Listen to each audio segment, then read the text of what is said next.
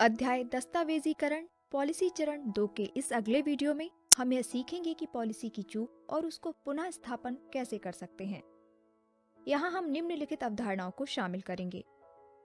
सभी स्थायी जीवन बीमा अनुबंध एक लैप्स पॉलिसी के पुनर्चलन की अनुमति देती हैं। पुनः स्थापन वह प्रक्रिया है जिसके द्वारा कोई जीवन बीमा कंपनी किसी ऐसी पॉलिसी को वापस चालू हालत में लाती है जिसे या तो प्रीमियमों का भुगतान न होने के कारण समाप्त कर दिया गया है या किसी गैर जब्ती प्रावधान के तहत जारी रखा गया है। पॉलिसी का पुनर्चलन बीमा धारक का बिना शर्त अधिकार नहीं हो सकता।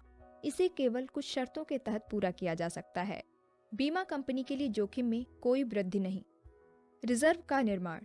पॉलिसी धारक को ऐसी प्रीमियम राशियों का भुगतान ब्याज के साथ करना होगा जो उसी रिजर्व के निर्माण का कारण बनेगा जो पॉलिसी व्यपगत नहीं होने की स्थिति में इसने इकट्ठा किया होता।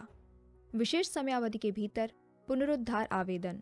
लगातार बीमा करने योग्य स्थिति रहने का संतोषजनक प्रमाण। पुराने देय प्रीमियमों का ब्याज के साथ भुगतान। पॉलिसी मालिक को प्रत्येक प्रीमियम की देय तिथि से ब्याज के साथ सभी पुराने देय प्रीमियमों का भुगतान करना आवश्यक है। बकाया ऋण का भुगतान। बीमा धारक को किसी भी बकाया पॉलिसी ऋण का भुगतान करना होगा या किसी भी मौजूदा ऋणग्रस्तता को बहाल करना होगा। आइए अब हम कुछ ऐसे तरीकों पर नजर डालें जिनके माध्यम से पॉलिसी पुनर्चल का काम पूरा किया जा सकता है। आमतौर पर कोई व्यक्ति एक लैप्स पॉलिसी को पुनर्चल कर सकता है अगर पुनर्चल प्रथम बकाया प्रीमियम की तिथि से एक निश्चित अवधि जैसे 5 वर्ष के भीतर किया जाता है। साधारण पुनर्चल। पुनर्चल का सरलतम रूप वह है जिसमें ब्याज के साथ प्रीमियम की बकाया राशि का भुगतान किया जाना शामिल है। यह पॉलिसी के समर्पण मूल्य अर्जित न कर लेने पर भी किया जाता है। विशेष पुनर्चल।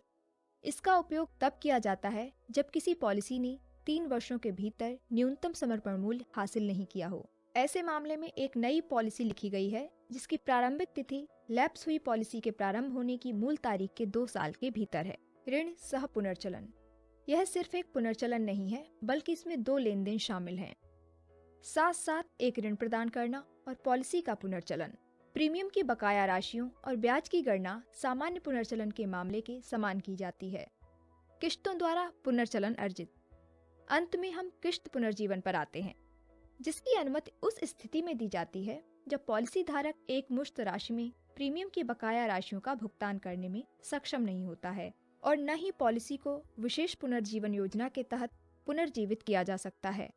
इस तरह के मामले में प्रीमियम के बकाया राशियों की गणना सामान्य तरीके से की जाएगी जैसा कि सामान्य पुनर्जीवन योजना के तहत होता है।